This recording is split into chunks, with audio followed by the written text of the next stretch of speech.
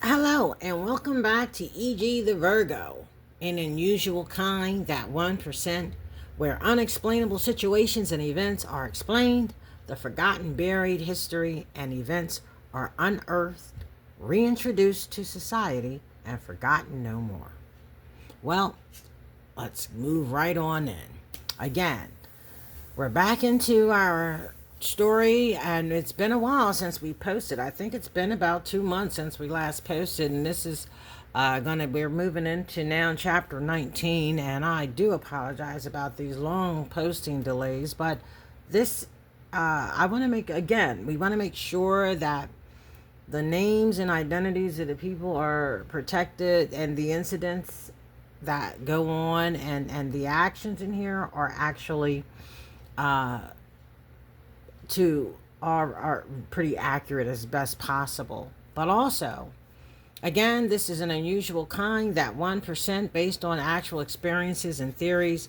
One life, five generations, as said by Jay Gresham. This story includes entertaining fictional and non-fictional images, animations, videos, and music by artists and photographers unrelated and in no way were created for this particular story and or documentary.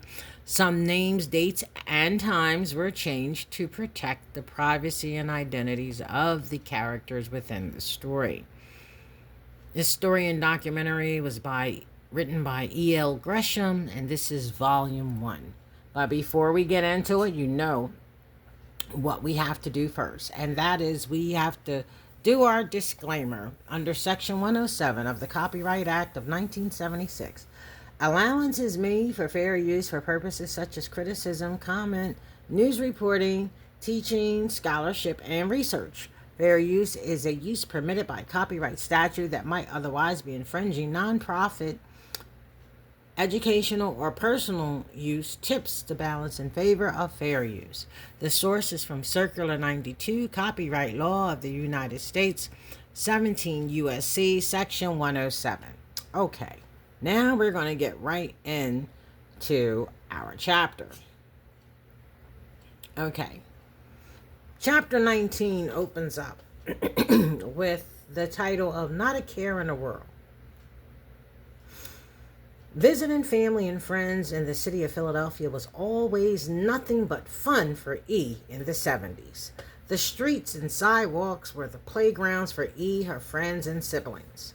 Those big city streets and sidewalks lined with big, spacious, beautiful red and brown brick row homes on both sides provided E, her siblings, and friends with so much to do, like playing hopscotch on those big wide sidewalks or in the middle of little streets, or with their dolls on the front porch.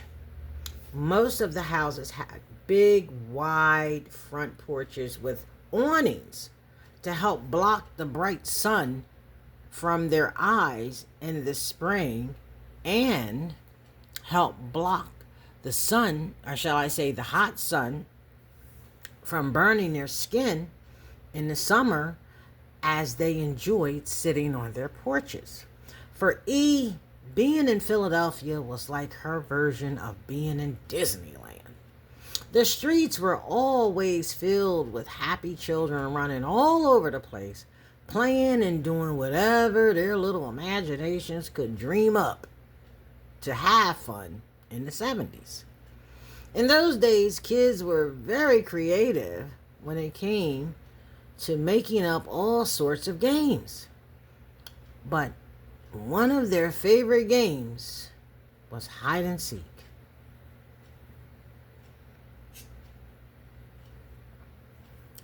Now, E and her 8 and 9-year-old friends would use the entire length of the block to play in the fire hydrant or play hide and seek. And because during those times traffic wasn't as abundant and heavy as it is in present time, E and her friends could sometimes run out in the streets without a care in the world to hide or run away from the seeker or seekers of the game without having to worry much about cars.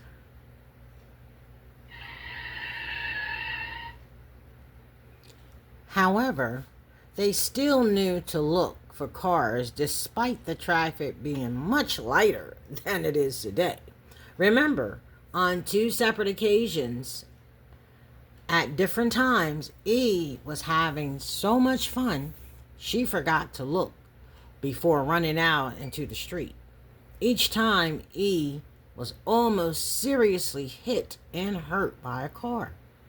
But each time, the car just bumped E enough to make her fall or stumble to the ground. One time, E's legs were actually under the car when she fell, but because E fell under the middle of the car, the front middle part of the car sat high enough not to hit her legs. Each time, the drivers got out of their cars to see if E was okay, and each time E got up, brushed herself off, brushed off her clothes, told the drivers she was fine, and quickly ran away from them to continue playing. Now, you do know in one of them incidents is she didn't just run away. She ended up, seeing her mom and them standing there looking down at her, and she still said she was okay, but she couldn't just run away at that point. She had to walk away with her parents, But I digress. The drivers tried to stop and talk to E each time so they could make sure she was well or okay. But E kept running and never stopped playing.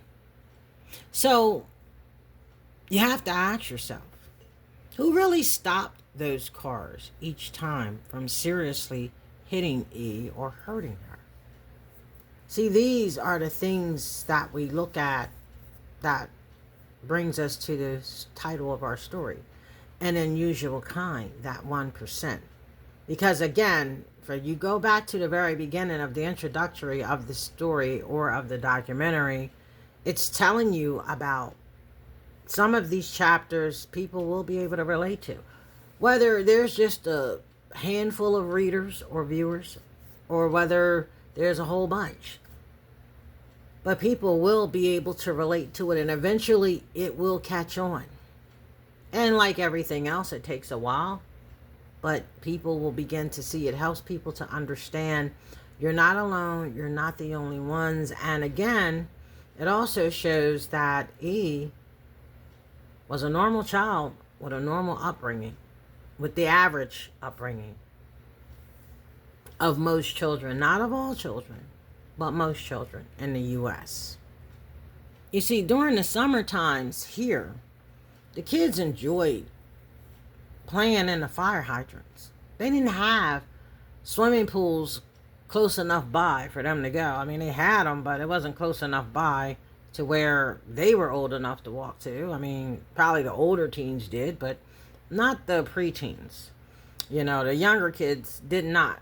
They, most of the time played in the fire hydrants, and you had sprinklers going on. They would use water guns, anything to keep themselves cool in the hot summer. But most of the time, it was a fire hydrant.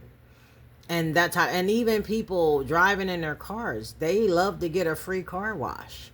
Or sometimes the kids did it in a very malicious manner, and when the people in the car stopped to get out, everybody took off running. Well, that's the way they played. That's the way they have fun. Although sometimes the drivers, as you see, did not have fun all the time. In the next chapter, E will herself be entering into her own new chapter of her life. E is about to leave all those near miss car incidents and other toys and things behind and progress into a very active preteen. E's life from this point on, in the next chapter, will be much different now.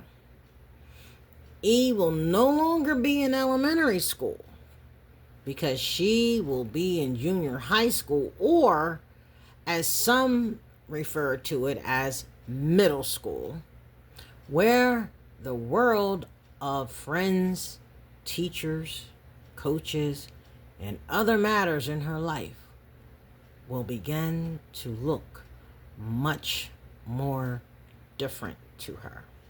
See, 19, this chapter here, chapter 19, is about Eve's transition, and I felt it was important to let you see that transition so it just doesn't seem like the stories are just jumping, although they just really are going from one incident to another, but also it's going to let you see a transition in the age, the years, the time, to help you better relate to, okay, well, I went through that, or I know someone who went through that, or wow, I'm going through that now. This is why it's important to see that change, because now, you know, those bikes that she had, those old Halloween costumes of Sabrina the Witch and Casper the Friendly Ghost, and the little Raggedy Ann and Andy dolls, the button up and zipper dolls that, you know, Raggedy Ann clothes used to have, all of that is going to be going into a dark black hole somewhere in space. That time is getting ready to pass by and never return to you again. You will not be able to return, because she is getting ready to step into a new life, a new chapter, a new filing. So all of those things that she used to play with, all those games and hide and seek and, you know, hopscotch, all of that's getting ready to come to a screeching halt, because now things change, and all of you know it. When you get into middle school or junior high school, however you refer to it, life is different. It becomes much different, more questionable, more complicated, more complex. There's a lot more to understand. You have fun, but you're like, wait a minute now, hold up now, hold on. This is a time in Eve's life where her family relocated again somewhere in Delaware, from the inner city of Delaware to the suburban area of Delaware. But somehow, E is going to attend 3 different middle schools, or 3 different junior high schools. 2 in Philadelphia and 1 somewhere in Delaware. So, again, that will all come together in chapter 20, but this is where she's going to be in chapter 20. So chapter 19 is letting you know that now. That's going to save a lot of time, because chapter 20 is going to start showing E having some serious experiences, and sometimes they can be explained and sometimes they can't. But this is how we're moving forward with this story, or this documentary of An Unusual Kind, that 1%. You see, now that we've come to the end of chapter 19, which was very brief and short, of Not a Care in the World. Well, that Not a Care in the World is not going to be that come chapter 20, because she's going to be in a new chapter in her life, without giving everything away. She's going to be in a new chapter in her life. I mean, right now she's in between, you know, she's going to be testing out schools, testing out living area environments and where she want to live and things of that nature. So right now, her life will no longer be what we would call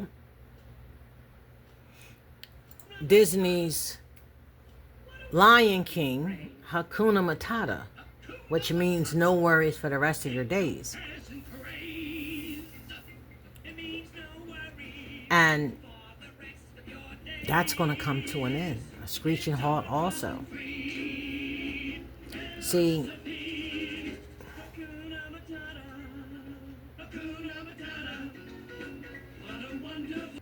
See, a lot of these things, with their little imaginations, all of that little elementary school energy and imaginary friends or imagination, your little imaginary world is going to shrink. And that's what's going to happen to her. Her imaginary world is getting ready to start shrinking drastically, but the real world is getting ready to inflate and bubble up. And that's what we're going to get prepared for. And that's what 19 is preparing you for. Her new world. E's new world. And 19, not a care in the world. And 20 is really going to explain to you why chapter 19 was so necessary. Because that way you can continue following, her path. You can continue seeing how she grew, how she developed, and how she handled certain things. But until the next time, viewers, however many of you are out there that's viewing it, and I do apologize for the long delays in posting. I hope you all continue to keep checking in.